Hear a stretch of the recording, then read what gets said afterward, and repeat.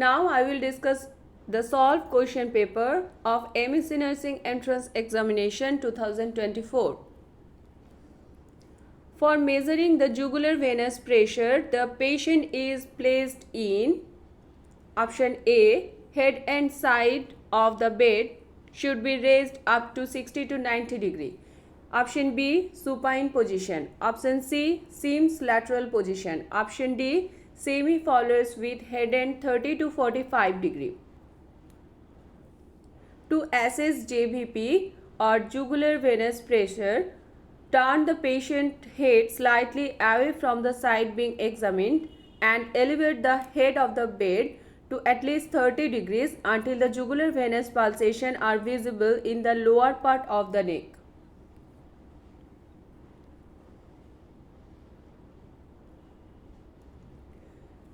Jugular venous pressure or JVP is when the jugular veins have increased pressure reflecting elevated right atrial pressure.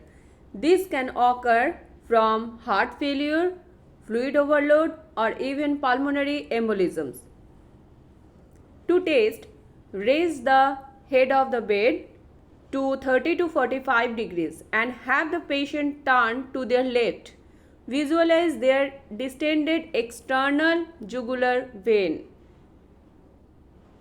or the pulsation of their internal jugular vein and draw an imaginary horizontal line from the highest point.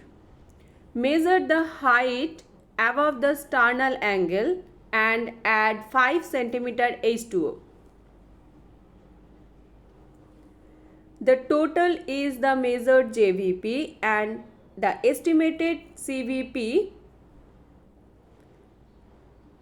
measurement is greater than 9 are considered high.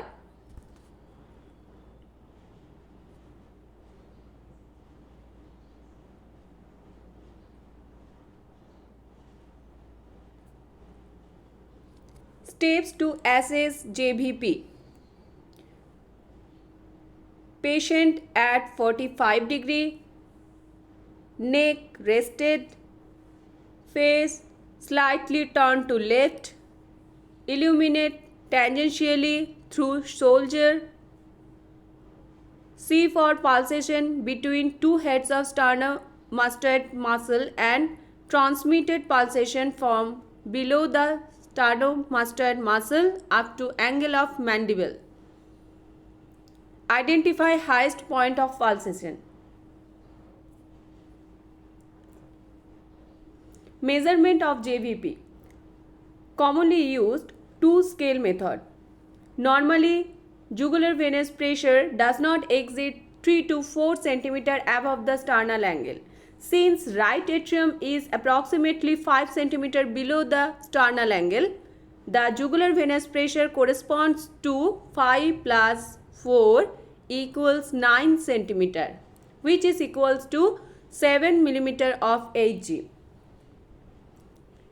Elevated jugular venous pressure is more than 4 cm above the sternal angle.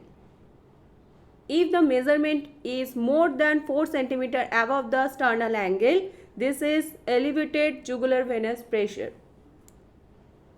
The level of venous pressure.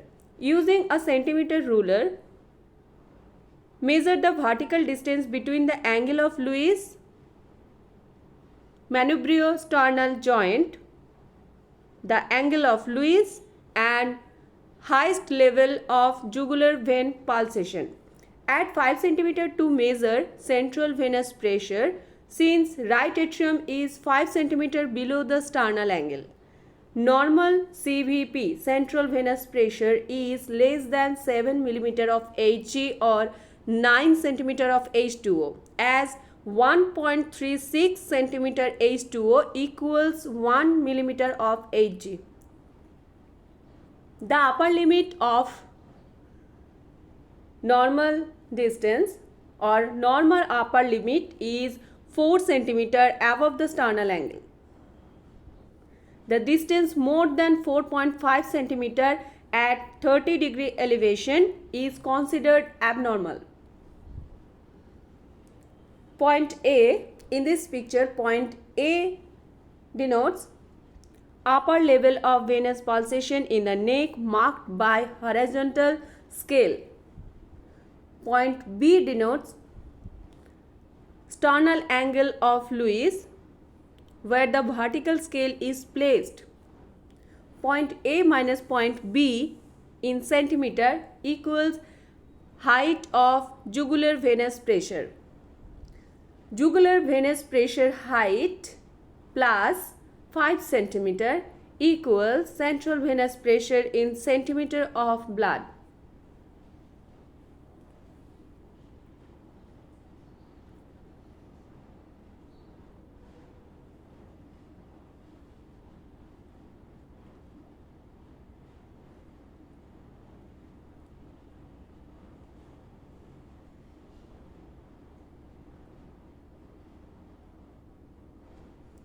So, the answer for measuring the jugular venous pressure, the patient is placed in semi-Fowler's with head end 30 to 45 degree.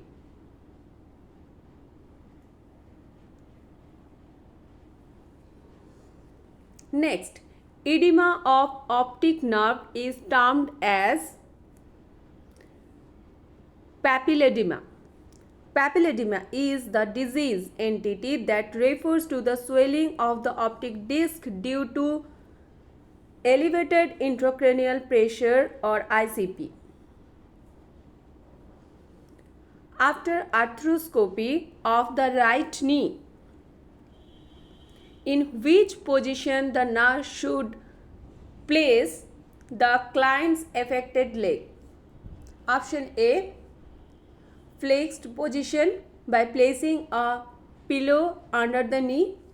Option B, elevated and knee extended. Option C, flat on bed. Option D, elevated and knee flexed. After arthroscopy, keep your leg elevated as much as possible for the first few days after surgery. Apply ice as recommended by your doctor to relieve swelling and pain. Your provider will ask you to rest when you first go home. Keep your leg propped up on one or two pillows. Place the pillows under your foot or calf muscles. This helps control swelling in your knee. Rest and elevate your leg above the level of your heart if possible for the first 24 hours by placing a pillow under the calf and ankle. Don't place a pillow under your knee as it will keep you from straightening your knee. It is very important to get your legs as straight as possible as soon as possible. What position is the leg in during knee arthroscopy? Patients are positioned supine with a lateral leg holder for the operative leg and the non-operative leg either in the leg holder or extended on the operating table. Don't place a pillow under your knee. Elevate with a pillow under your calf and ankle. It is important to get your leg as straight as possible as soon as possible. Normal ambulation 24 hours after surgery and normal range of motion within 1 week of surgery. So, after arthroscopy of the right knee, in which position the nurse should place the client's affected leg? The answer is elevated and knee extended. Stress ulcer after severe burn is called